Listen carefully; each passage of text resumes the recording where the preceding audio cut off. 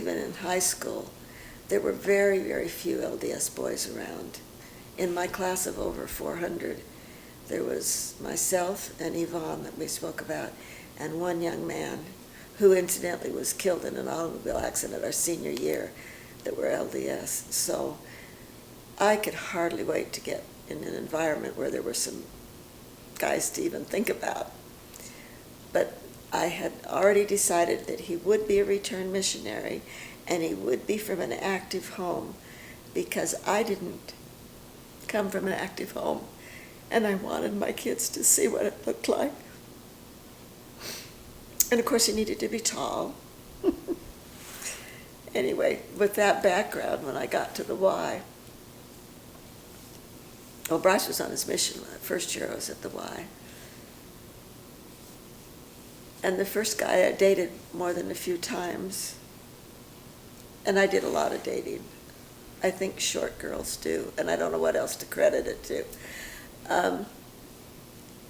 I noticed that the young man, we did a lot of things, bike rides and hiking and movies and dances, and he in church regularly, but he never took the sacrament. And I finally asked him one day, is there something I should know? And he hemmed and hawed a while, and then he admitted that he was not LDS. I was so upset. Why didn't you tell me? And he said, would you have dated me if I told you? And I said, no.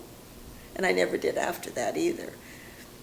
So disappointed. But he was right. He was in it. What was he doing at BYU if he wasn't? Anyway, the following year when I went back to school, I was living with a different group of girls.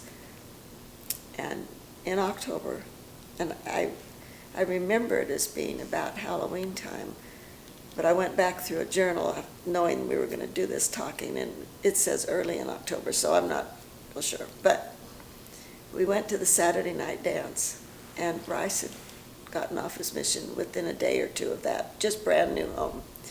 And we just went with the two girls, and everybody was there singly, I guess. But we exchanged dances around this big group of kids, and I never did get to dance with that newly returned missionary.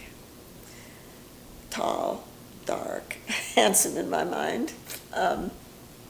So on the way back to school the next day, I said to Nadine, I'm going to invite that Bryce to the Girls' Choice dance next month. And she said, you're not either. You don't even know him. You didn't even dance with him. Anyway, she talked me right out of it, so I didn't. But in January, he came to school, about to BYU.